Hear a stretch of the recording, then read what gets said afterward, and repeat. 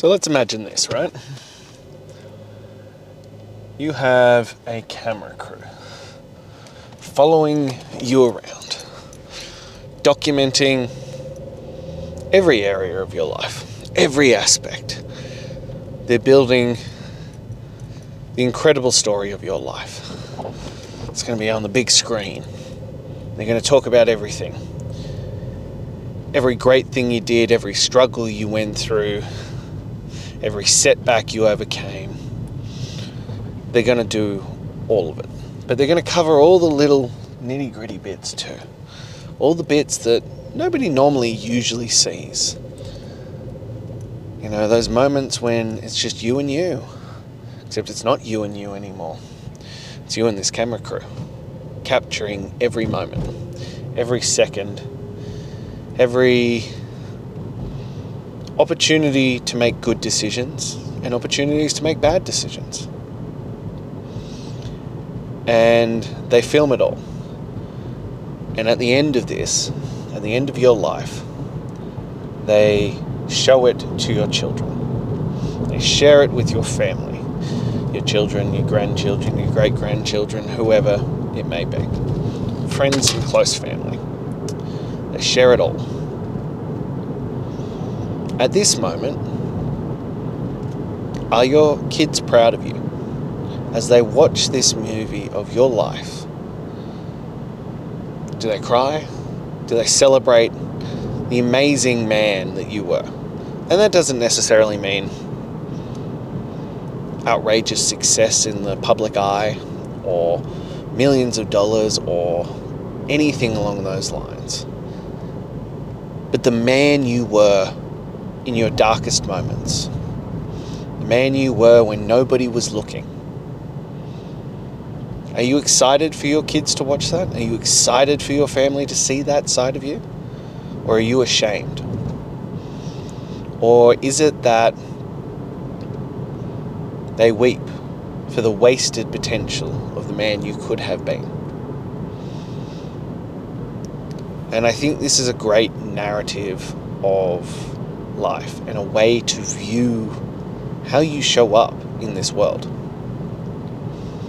Because for me, everything I do comes back to my children.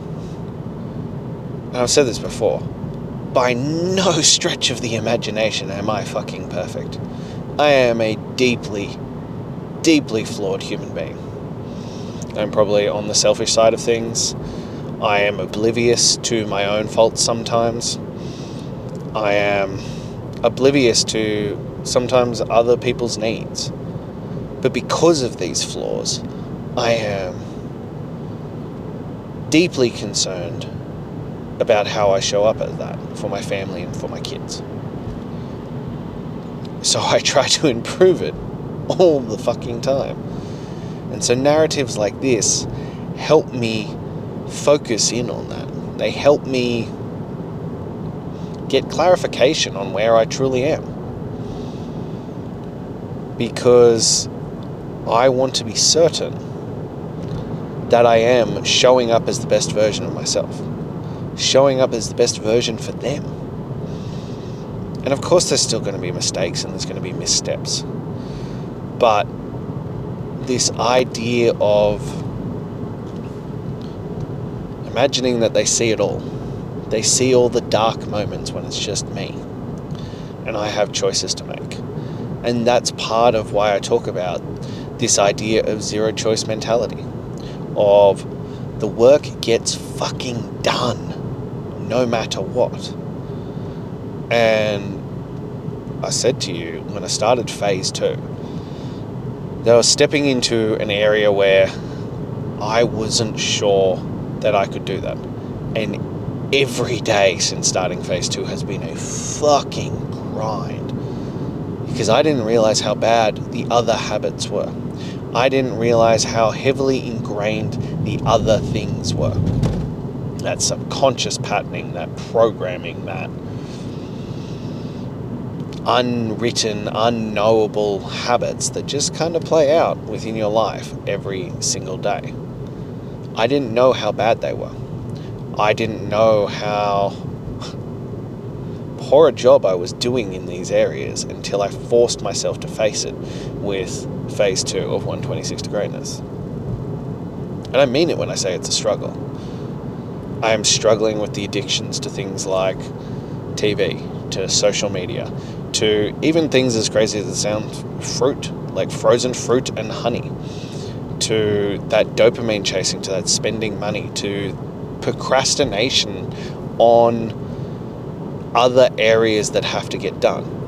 I have come a hell of a long way, because when it comes to the workouts, when it comes to the weighted walks, when it comes to the 10 pages, the daily photos, the posting, all that kind of stuff, I have become excellent at it. That has been ingrained into me, and it's just part of who I am now. But I now need to refine the other areas. And this is narrative of this documentation of my life helps with that, because there are choices that need to be made. There are choices where I can choose the easy way out, or I can continue to move forward and do the difficult things. And the reason why I chose in phase 2 to remove everything that didn't serve my family, my future, and my growth was because they're unimportant. And seeing how heavily addicted to them I was reinforced this to me. It greatly fucking highlighted that this is definitively something that I need to do, and probably do again and again and again until I break this addiction. Because I don't like the story that's being told about me. I don't like the narrative that I am currently writing. And I think part of the self-reflection and thinking of it as documenting your life is a powerful one. Because on the surface, everything is good. I have 2 amazing, perfect children. I have this incredible wife. We have this great business. We have a booming life. Like, on the surface, all of that is good. But behind closed doors, when nobody's looking, I'm not at the level of the man I want to be. Am I better than I was when I started phase 1? 100% I was. Unquestionably, I was. Like, I have come so far on that. But at the same point, I'm still falling so far short of everything I want to do and be. And so I keep reminding myself, what if my kids were watching this documentary? What if they saw me doing these things? Would they be proud? Would this be something I'd want them to emulate? Is this the type of person I would want them to be? And the answer is a resounding fucking no. Like, so many times I'm choosing the selfish option over the right option. I'm choosing to sedate, to take it easy, to put on cruise control.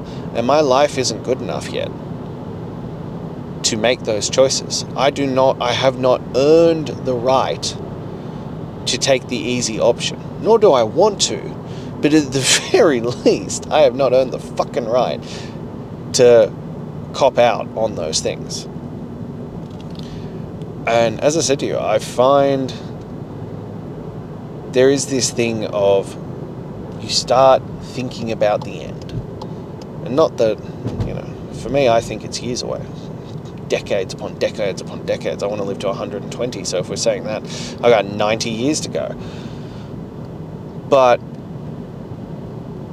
when you contemplate death, when you contemplate your legacy, when you contemplate the end, I think it gives you a different view on how you should interact and how you should act now, and how you should view the actions you are taking. Because life is the ultimate paradox when it comes to that. It's both really long and really short all at the same point.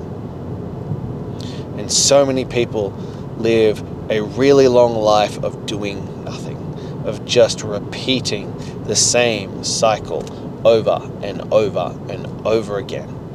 And it's a sad fucking reality. And they have these notions and ideas of grandeur and of things and of the people that they could be, and nothing ever comes to fruition because they never actually commit, follow through, do the hard work, and sacrifice the unimportant for the important. And it's why I have to give myself a constant reminder. It's why I have to keep imagining myself having this documentary of my life from this point. And I want my children to be proud. And as I said, what that looks like varies from person to person. And a big part of it is the ability to show up and be present and be able to play with them and do the things they want to do with them and be in the moment. And that's a massive component that a lot of people drastically overlook. But these other things lead to that. The ability to be with your own thoughts, the ability to do the work, the ability to push through, the ability to sacrifice the unimportant for the important. Like getting off your fucking phone. Those are the things that will matter down the track, and that's why we practice them in situations that overall don't matter but lead to the important moments with your children. And that's what we are working towards. That's what we are focusing on. And that's why I think it's a great narrative to keep repeating to yourself. In those moments where you're iffing and umming and ahhing about whether you should actually do this, you sit there and you imagine that there's that camera crew right there watching you. And the whole world is watching and judging and deciding what kind of man you're going to be. But the only views that really matter are those children. Is your wife, is your family, that those you value and respect. Are you making the right choices for them? If the answer is a resounding yes, fuck yes, then you're in the right place. Just keep doing what you're doing. If the answer is no, then it's time to change. And it's time to start thinking about this story and what you're going to leave behind. So that's all I have for you. Now, as always, if you took value from this, please like, comment, subscribe, send it to someone who needs to hear it, who needs to think about their legacy that they're leaving behind. Next, if you are ready to step forward, take the next step, please click the link in my bio. Join the Daily Greatness Mail. Grab my 10 tools to transform your mental toughness and become the best version of you. Lastly, if you are ready to take the next step, you're not quite ready for 126 because you're not there yet, and I understand that, but you're ready to put yourself out there and challenge yourself and see what you can get, your most bang for your buck. Join my 30-day program, my 30-day challenge, where we will transform your life with one simple task for 30 days. You just got to commit for 30 days. Anyone can do anything for 30 days, but I know it'll completely transform your life. So if you're ready for that, shoot me a message and let's talk it through about how we can change your life. Until then.